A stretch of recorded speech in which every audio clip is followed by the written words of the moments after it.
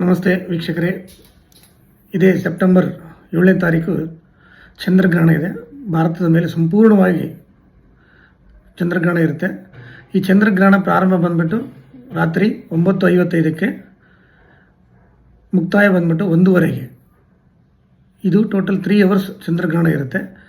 ಇದು blood Moon ಅಂತ ಕರೀತಾರೆ.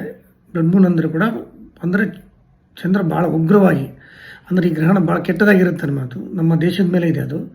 ನಮ್ಮ ದೇಶ ಎಲ್ಲ ಸುತ್ತಮುತ್ತಲು ಇರತಕ್ಕಂಥ ಎಲ್ಲ ದೇಶಗಳ ಮೇಲೆ ನಡೀತಾ ಇದೆ ಇದು ಸಂಪೂರ್ಣ ಚಂದ್ರಗ್ರಹಣ. ಈ ಗ್ರಹಣ ಕೆಲವು ಮುಖ್ಯವಾಗಿ ಕುಂಭರಾಶಿಯಲ್ಲಿ ನಡೀತಾ ಇದೆ. ಕುಂಭರಾಶಿ ಶತತಾರ ನಕ್ಷತ್ರದಲ್ಲಿ ನಡೀತಾ ಇದೆ ಅನ್ನೋದು. ಆ ರಾಶಿಯವರಿಗೆ ಸ್ವಲ್ಪ ಹೆಚ್ಚಿನ ತೊಂದರೆ ಇದೆ. ಮತ್ತು ಅಲ್ಲಿಂದ ತ್ರಿಕೋಣ ಸ್ಥಾನದಲ್ಲಿ ಇರ್ತಕ್ಕಂಥ ಮಿಥುನ ಮತ್ತು ಸಿಂಹ, ತುಲಾ ಈ 3 ರಾಶಿಗಳಿಗೆ ಕೂಡ ಈ ಚಂದ್ರಗ್ರಹಣದ ಪ್ರಭಾವ ಹೆಚ್ಚಿರುತ್ತದೆ. ಅದಕ್ಕಾಗಿ ಈ 3 ರಾಶಿಯವರು, ಈ 4 ರಾಶಿಯವರು ಕುಂಭ, ಮಿಥುನ, ಸಿಂಹ ಮತ್ತು ತುಲಾ ಈ 4 ರಾಶಿಯವರು ಗ್ರಹಣ ಸಮಯದಲ್ಲಿ ಆದಷ್ಟು ಮನೆಯಲ್ಲೇ ಇರತಕ್ಕಂಥದ್ದು. ಗ್ರಹಣ ಹಿಡಿದ ಸಮಯದಲ್ಲಿ ಸ್ನಾನ ಮಾಡಿ ದೇವರದ ಧ್ಯಾನ ಮಾಡ್ಕೊಳ್ತಾ ಅಥವಾ ಪೂಜೆ ಯಾವುದಾದ್ರೂ ಒಂದು ಪೂಜೆ ಮಾಡ್ಕೊಳ್ತಾ, ಮತ್ತು ಗ್ರಹಣ ಬಿಟ್ಟ ತಕ್ಷಣ ಸ್ನಾನ ಮಾಡಿಕೊಂಡು, ಇಲ್ಲ ಬೆಳಿಗ್ಗೆ ಎದ್ದ ಮೇಲೆ, ಗ್ರಹಣ ಮುಗಿದ ಮೇಲೆ ಬೆಳಿಗ್ಗೆ ಎದ್ದ ಮೇಲೆ ದೇವಸ್ಥಾನಕ್ಕೆ ಸ್ನಾನ ಮಾಡಿಕೊಂಡು ದೇವಸ್ಥಾನಕ್ಕೆ ಹೋಗಿ ದೀಪ ಹಚ್ಚಿ ಬರ್ತಕ್ಕಂಥದ್ದು ಮಾಡಬೇಕು.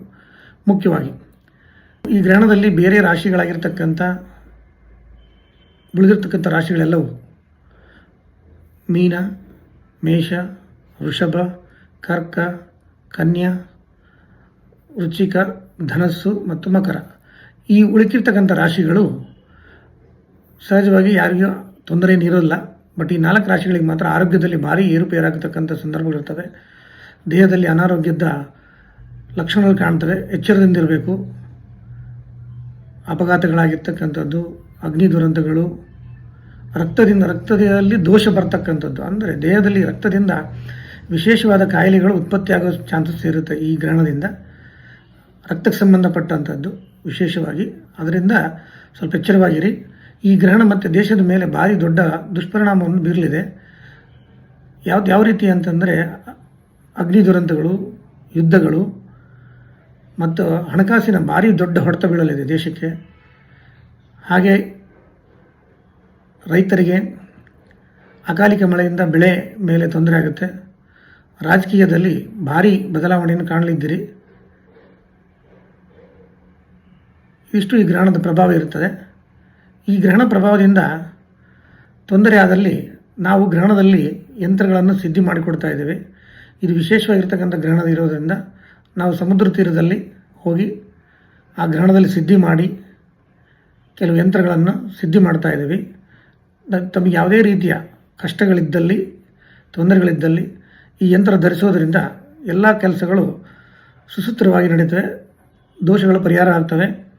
ಇದು ವಿಶೇಷವಾಗಿರ್ತಕ್ಕಂಥ ಯಂತ್ರ. ಯಾರಿಗೆ ಮಾಟ ಮಂತ್ರ ಆಗಿರಲಿ, ಬಿಸ್ನೆಸ್ನಲ್ಲಿ ತೊಂದರೆ ಇರಲಿ, ಯಾವುದೇ ರೀತಿ ತೊಂದರೆ ಇದ್ದರೂ ಇದರಿಂದ ಬೇಗ ನಿವಾರಣೆಯಾಗಿ ಮತ್ತೆ ಉತ್ತಮ ಸ್ಥಾನಕ್ಕೆ ಬರ್ತೀರಿ.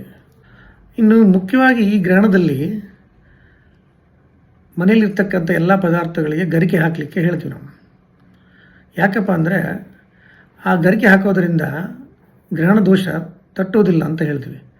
ಆ ಗರಿಕೆ ಅಷ್ಟು ಶ್ರೇಷ್ಠತೆ ಇದೆ. ನಾವು ವಿಘ್ನನಾಶನಿಗೆ, ಗಣಪತಿಗೆ ಗರಿಕೆಯನ್ನು ಇಟ್ಟಿರ್ತೀವಲ್ಲ ಪೂಜೆಗೆ, ಅದರಿಂದನೇ ಅವ್ರು ಎಂಥ ವಿಘ್ನಗಳಿದ್ದ ಅಂದರೆ ಅದು ನೆಗೆಟಿವ್ ಎನರ್ಜಿಯನ್ನು ಬೇಗ ಸಕ್ ಮಾಡ್ಕೊಳ್ಳುತ್ತೆ ಅದು. ಅದಕ್ಕಾಗಿ ಸೈಂಟಿಫಿಕ್ಕಾಗಿ ಇದು ಆನ್ಸರ್ ಇದೆ. ಮನೇಲಿರ್ತಕ್ಕಂಥ ನೀರಿಗೆ ಗರಿಕೆ ಹಾಕೋದ್ರಿಂದ ಅದು ಅಲೆಯನ್ನು ಸೃಷ್ಟಿ ಮಾಡುತ್ತೆ ಅದು. ಅದಕ್ಕೋಸ್ಕರ ಆ ಗರಿಕೆ ಹಾಕೋದ್ರಿಂದ ನೀರು ಶುದ್ಧಿಯಾಗಿರುತ್ತೆ. ಯಾಕಂದರೆ ನದಿ ನೀರು, ನದಿಯಲ್ಲಿ ಗರಿಕೆ ಹಾಕ್ಲಿಕ್ಕೆ ಆಗಲ್ಲ, ನದಿ ಫ್ಲೋಟಿಂಗ್ ಆಗ್ತಾ ಇರ್ತದೆ. ಹಾಗಾಗಿ ಅಲ್ಲಿ ಗ್ರಹಣದ ಎಫೆಕ್ಟ್ ಬೀಳಲ್ಲ ಅದಕ್ಕೆ.